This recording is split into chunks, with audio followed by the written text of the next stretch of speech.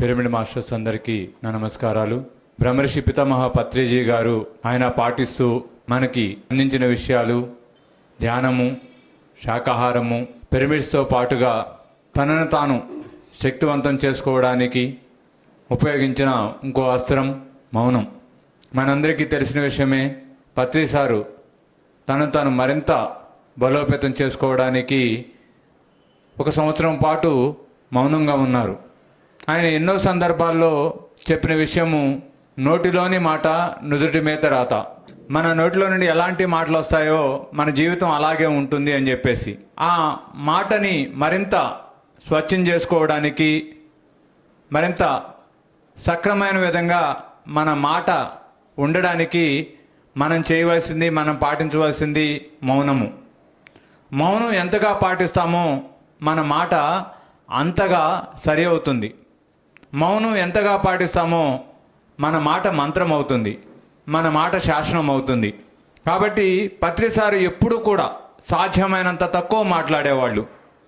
మనకి జూలై 24 మన జగద్గురు బ్రహ్మర్షి పితామహ పత్రిజీ గారు మహా నిర్వాణం పొందిన రోజు. ఆ రోజు నుండి మొదలయ్యి నవంబర్ 11 మరి పత్రిజీ గారి జన్మదినాన్ని రోజుకి కరెక్ట్గా 111 రోజులు ఉంటుంది.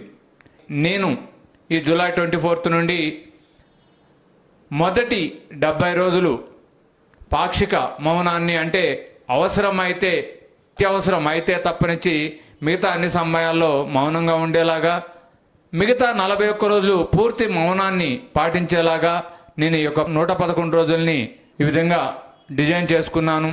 ఈ యొక్క మహా మౌన ధ్యాన కుంభ్లో ఎవరైనా పాల్గొనవచ్చు. దీనిలో పాల్గొనదలుచుకున్న వాళ్ళు కేవలం చేయవలసింది వారు మౌనాన్ని పాటించడంతో పాటుగా మీ ఊర్లో కానివ్వండి, మీ పిరమిడ్ సెంటర్స్లో కానివ్వండి, మీ దగ్గరలో ఉన్న పిరమిడ్స్లో కానివ్వండి, మౌన ధ్యానాన్ని నిర్వహించడమే.